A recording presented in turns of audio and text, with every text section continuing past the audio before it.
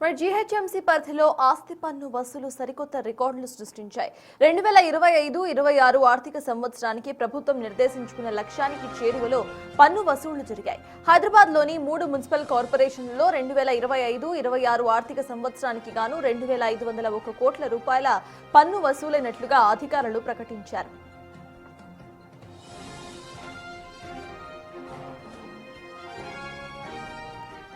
ఈ ఏడాది పన్ను వసూళ్లలో సైబరాబాద్ మున్సిపల్ కార్పొరేషన్ అగ్రస్థానంలో నిలిచింది. ఆ కార్పొరేషన్ పరిధిలో అత్యధికంగా 986 కోట్ల రూపాయల ట్యాక్స్ వసూలైంది. 962 కోట్ల రూపాయలతో జీహెచ్ఎంసీ రెండో స్థానంలో నిలిచింది.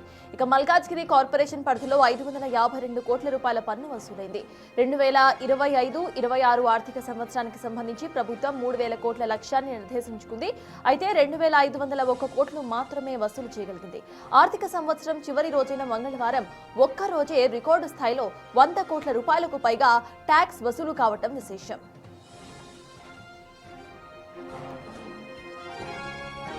ఇవాటి నుంచి కొత్త ఆర్థిక సంవత్సరం ప్రారంభం కాబోతున్న నేపథ్యంలో పన్ను చెల్లింపుదారులకు ప్రభుత్వం గుడ్ న్యూస్ తెలిపింది. ఏప్రిల్ 1 నుండి ఎర్లీ బర్డ్ పథకాన్ని అందుబాటులోకి తెచ్చింది. ప్రాపర్టీ ట్యాక్స్ ముందస్తుగా చెల్లించే వారికి 5% రాయితీ ఇస్తున్నట్లు ప్రకటించింది. ఈ రాయితీ ఏప్రిల్ 30 వరకు మాత్రమే వర్తిస్తుంది.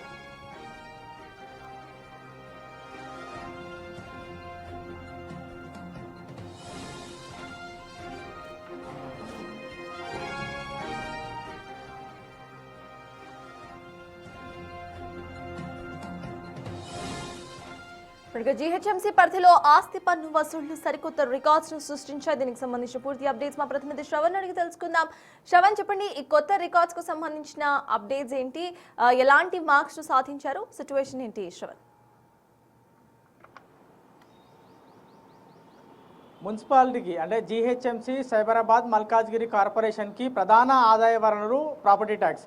ఈ ప్రాపర్టీ ట్యాక్స్ వసూలు అవుతూనే హైదరాబాద్లో అనేక పనులకు సంబంధించిన నిధులు అందుబాటులో ఉంటాయి. దాంతోపాటు సిబ్బందికి జీతాలు ఇవ్వాలన్న ఈ నిధులతోనే జీహెచ్ఎంసీ కానీ మల్కాజ్గిరి కానీ సైబరాబాద్కి సంబంధించినటువంటి అధికారులు జీతాలు ఇచ్చేటువంటి పరిస్థితి ఉంటుంది. సో ప్రాపర్టీ ట్యాక్స్ అనేది చాలా ఇంపార్టెంట్ కాబట్టి దానిపైన అధికారులు పెద్ద ఎత్తున ఫోకస్ పెట్టారు.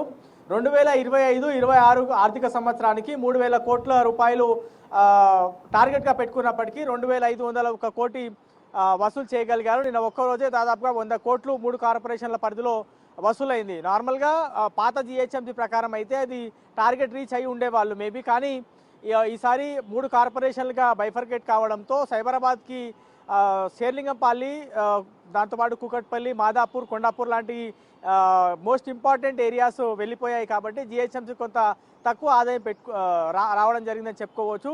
సో ఇప్పటివరకు మనం ఆదాయం ఒకసారి గమనిస్తే ఓటీఎస్ ద్వారా వన్ టైం సెటిల్మెంట్ స్కీమ్ ద్వారా దాదాపుగా 548 కోట్ల రూపాయలు వసూలైంది. జీహెచ్ఎంసీ పరిధిలో 233, సైబరాబాద్ పరిధిలో 189, మల్కాజ్గిరి పరిధిలో 126 కోట్లు వసూలైంది. సో ఇది నిన్నటి వరకు కదా. ఇక మీదట ఇవాళ నుంచి అర్లీ బర్డ్ 2026-27 ఆర్థిక సంవత్సరానికి అర్లీ బర్డ్కి పథకాన్ని అందుబాటులోకి తీసుకొచ్చింది ప్రభుత్వం. సో ఈ 1 మంత్ పాటు అర్లీ బర్డ్ పథకం అమల్లో ఉంటుంది. అంటే ప్రాపర్టీ ట్యాక్స్ మీద 5% రాయితీ ఉంటుంది ఈ 1 మంత్ పాటు. సో ఒక్కసారిగా దాదాపుగా 1 కోటి రూపాయలు దాదాపుగా అంటే తక్కువలో తక్కువ 100 కోట్లు వస్తుందనేది అధికారులు అంచనా వేస్తున్నారు. మరి ఎంత మేర ఆదాయం వస్తుందనేది చూడాల్సి ఉంది. ప్రధాన ఆదాయ వనరు ఇప్పుడు గ్రేటర్ హైదరాబాద్ వ్యాప్తంగా హెచ్సిటీకి సంబంధించినటువంటి పనులు జీహెచ్ఎంసీ చేపడుతుంది, సైబరాబాద్ చేపడుతుంది, మల్కాజ్గిరి చేపడుతుంది. సో ప్రజలకు ఫ్లైఓవర్లు, అండర్ పాసులు అందుబాటులోకి తీసుకురావాలన్నా, శానిటేషన్ పైన ప్రత్యేకంగా దృష్టి పెట్టాలన్నా, రోడ్ల మీద గుంతలు పడినవి పూడ్చాలన్నా, ఇతర డెవలప్మెంట్ యాక్టివిటీస్ కానీ పౌర సేవలు కానీ ఏవి చేయాలన్నా జీహెచ్ఎంసీకి కానీ సైబరాబాద్ కానీ మల్కాజ్గిరి కార్పొరేషన్ అధికారులకు డబ్బులు ఉండాల్సిందే. ఆ డబ్బులు అనేది ప్రాపర్టీ ట్యాక్స్ ద్వారా, టౌన్ ప్లానింగ్ ద్వారానే అధికంగా ఈ కార్పొరేషన్కి సంబంధించినటువంటి అధికారులకు వస్తాయి. కాబట్టి దానిపైన ప్రత్యేకంగా దృష్టి పెట్టారు. 3,000 కోట్లు 2025-26కి సంవత్సరానికి టార్గెట్గా పెట్టుకుంటే 500 కోట్లు డెఫిసిట్ ఉండే, అంటే అనుకున్న టార్గెట్ని 500 కోట్లు తక్కువగా కలెక్ట్ చేయగలిగారు. సో ఈ అర్లీ బర్డ్ ద్వారా దాన్ని కవర్ చేసేటువంటి ప్రయత్నం చేస్తున్నారు. ఈ మొదటి నెలలో ఎంత మేర కలెక్ట్ అవుతుంది అనేది చూడాల్సి ఉంది. దాదాపుగా 100 కోట్లు వసూలు అవుతుంది అనేది అధికారులు అంచనా వేస్తున్నారు. ఈ 100 కోట్లు వసూలు అవుతుందా లేదా అనేది మనకి మంత్ ఎండ్ వరకు క్లారిటీ వచ్చేటువంటి అవకాశం ఉంది. టార్గెట్ బేస్గా ఇప్పుడు అధికారులందరూ పనిచేయబోతున్నారని చెప్పుకోవచ్చు. పై స్థాయి నుంచి additional commissioner revenue IAS officer ఉంటారు, వాళ్ళ కింద జాయింట్ కమిషనర్లు, డిప్యూటీ కమిషనర్లు, దాని తర్వాత బిల్ కలెక్టర్లు, ట్యాక్స్ ఇన్స్పెక్టర్లు, జోన్ల వారీగా జేసీ రెవెన్యూ ఉంటారు, అంటే జాయింట్ కమిషనర్ రెవెన్యూ ఉంటారు. వాళ్ళ ఆధ్వర్యంలో ట్యాక్స్ రెవెన్యూ కలెక్షన్ అనేది కొంత వేగంగా చేపట్టేందుకు కసరత్తు అయితే కొనసాగుతుంది. ప్రజలందరూ కూడా దీన్ని గమనించాలి, ప్రజలందరూ కూడా దీన్ని గుర్తించాలి.